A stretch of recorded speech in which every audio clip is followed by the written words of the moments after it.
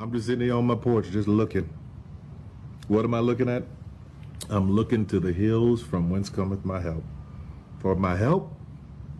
Some of y'all know the rest. I just wanted to come on and just tell everybody, just be as calm as you can. Most Hollywood stories start loud and end louder. This one starts quiet. Two of the most respected actors alive, Denzel Washington and Samuel L. Jackson, have never teamed up with one of the most powerful moguls in entertainment, Tyler Perry. That's not hate, that's a pattern. Decades of work, hundreds of projects, same rooms, same award shows, and still no crossover. No Denzel-Perry drama, no Sam Perry thriller, nothing. And that silence? It says more than any interview ever could. People love to jump straight to gossip. I'm not doing that. I'm looking at the choices, the boring grown-up filter that actually runs Hollywood. What you pass on tells you as much as what you accept. When two giants don't step into a billion-dollar orbit everyone else is lining up to enter. So why did he need a black director? Could a white director not have It's not produced color, this work? it's culture. Explain the difference, because I think we're in a Steven space Spielberg did Schindler's List. Right Martin Scorsese did Goodfellas, right? Steven Spielberg could direct Goodfellas. You start asking different questions. Not who's beefing, but what doesn't fit? Because fit is everything out here. The tempo of the set, the trust in the process, the way a project lines up with how you want your name remembered 10 years from now. The conversation people keep circling back to started years ago, when a certain legendary filmmaker threw gasoline on a debate that never died. The argument wasn't just about jokes or wigs, it was about portrayal. What do black stories look like when they're chasing mass appeal? Who gets to define uplift? And who calls it selling out? That old fight sits in the background of every conversation about why some A-listers never walk on to certain sets. Tyler Perry makes the same movie over and over and over and over again.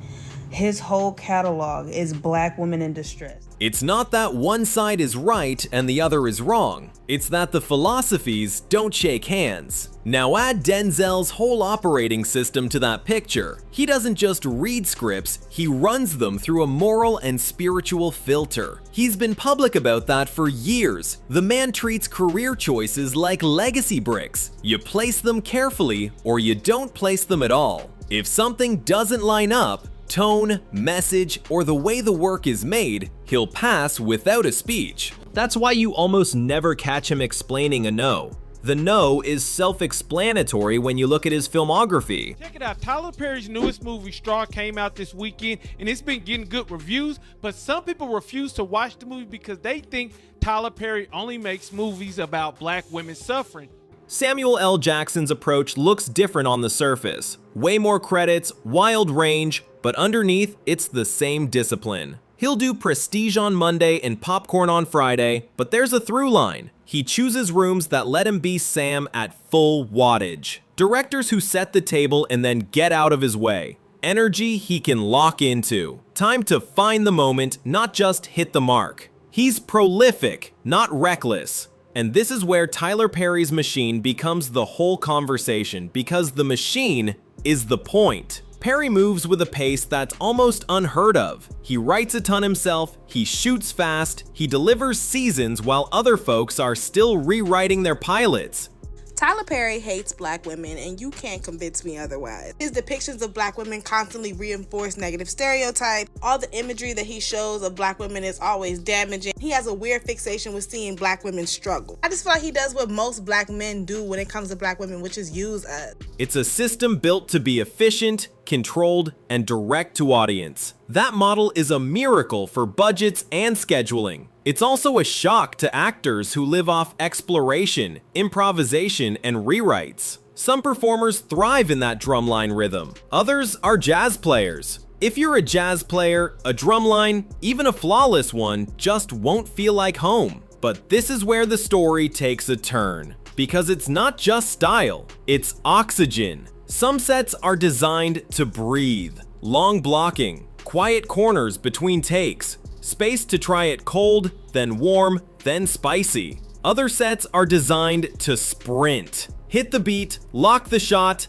move on. Neither is morally better. They just produce different kinds of performances. So Tyler Perry has a response to the people that have been critical about his movies, referring to them as highbrow Negroes. Yeah, but what? No.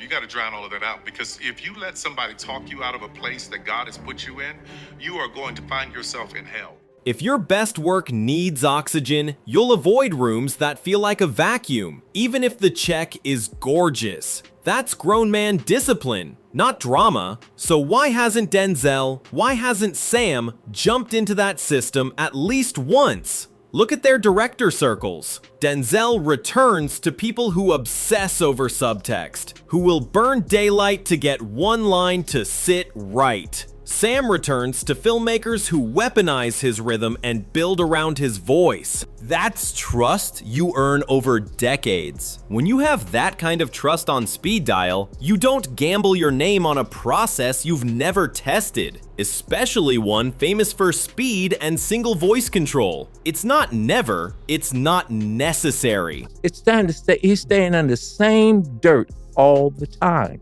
What do you say to people that say, because I've been lately, Tyler has been under attack more than normally, right? If you think that sounds like Hollywood folklore, wait until you hear why fit silently decides everything. A-listers vet 5 things before they say yes. Who's really steering the ship, not just on the chair back, but in the edit. How fast this is going to move. Where they'll get to play. Alts, improvisation, extra takes. What the optics feel like right now. Temperature, not gossip. And the last one, whether it feels like them. The sleep at night test. On Tyler Perry sets, whose steering is clear, and the speed is part of the brand. That alone filters certain actors out. Not out of spite, out of alignment. There's also the older argument humming under the floorboards. Representation. That conversation didn't go away just because money got loud.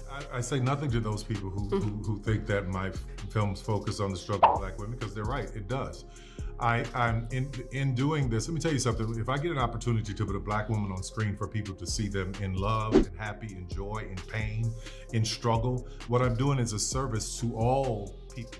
The portrayals that made huge audiences laugh and cry also made certain artists flinch. They see patterns they don't want to help reinforce. It's a values thing, and a values thing doesn't need a press release. You quietly protect your lane and keep it moving. Now layer in what the last few years have looked like around the brand. Headlines, chatter, lawsuits, denials, a whole swirl of noise that has nothing to do with the page you're acting on, but everything to do with the risk around it. Even if you believe every denial, even if you think every claim will fall apart, the short-term reality is still a storm. You can be the most disciplined brand in the world and still get dragged into weather you didn't make. Some legends don't step into storms they don't need. That's not a verdict, that's survival. Here's the part people misread. Those backstage moments where you saw Denzel and Tyler standing together during a crisis, that wasn't politics. That was elder energy. That was 2 men stepping in when the room needed gravity and grace. Adults can pray together and still choose not to collaborate. Adults can respect each other and still say, your system isn't for me. That's not beef, that's boundaries. If we're being honest, #meta.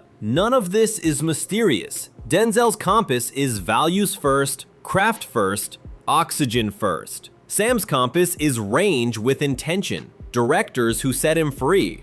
Perry's system is speed, control, volume, and a direct line to an audience he understands better than anyone. Put those truths on a whiteboard and ask, do they line up? Sometimes the answer is just no. No villain, no hero.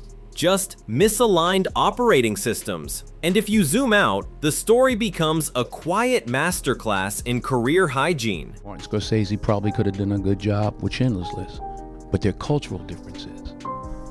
You know, I know, you know, we all know what it is when a hot comb hits your hair on a Sunday morning, what it smells like. That's a cultural difference. The internet loves a refusal speech. The grown-up move is passing in silence. The internet wants a call-out. The grown-up move is protecting your lane so cleanly you never have to explain it. When you build a legacy on work that ages well, you don't let urgency drag you into rooms that run on urgency. You pick the rooms that honor the way you build. There's also the question nobody ever asks out loud. Do these men even need the collaboration people on Twitter keep begging for? Denzel doesn't need to prove anything by jumping into a new engine. Sam doesn't need the boost. Tyler doesn't need their validation to keep doing what he does. Everyone here is already maxed out on power. When power meets power in Hollywood, the smart question isn't, why won't they? It's, what problem would that solve? And if you still want a cleaner answer, try this. They have different definitions of excellence. For one man, excellence is discipline meeting time, letting a scene cook until it tastes right. For the other, excellence is momentum meeting delivery, locking the show, feeding the audience, moving the machine. 2 recipes, 2 kitchens, 2 very different smells in the air. If the scent isn't yours, you step out. Here's where it takes a left turn that most folks don't consider. A lot of actors think of a set as a place to perform. Legends think of it as a place to be. They're not trying to hit marks, they're trying to soften into truth. That requires quiet. That requires a kind of trust that the camera will wait for the beat to land, even if that beat shows up 4 takes later. You can't mass produce that, no matter how brilliant your scheduling grid is. You either build for it or you don't. And before we wrap, there's one final detail that flips how you hear this whole conversation. Back during the loudest Oscars night in modern memory, Denzel told a friend to be careful at the highest moment because that's when the trap shows up. People turn that into a meme, but it's a compass. That same logic guides career choices. The higher you get, the smaller your yes needs to be. You don't say yes because you can. You say yes because the room, the pace, the portrayal, and the piece all line up with the person you're trying to be when the lights go off. So if you came here hoping for a viral clip of "We refuse to work with Tyler Perry," you won't find it. You will find something better. A blueprint. 2 legacies choosing rooms that match their oxygen, their tempo, and their reflection in the mirror. A mogul choosing to keep his engine exactly how he likes it because it works for him and for the people he serves. 3 truths, coexisting without a headline. The answer in one line. They prioritize a very specific combination of process, portrayal, and peace. And that system, with all its success and controversy, probably doesn't fit that equation. No speech needed, no shade intended, just alignment. If you're still here, you get it. You don't owe anyone your alignment either. Admire the empire if it fed you. Respect the discipline if it raised you. And choose the rooms that feel like home.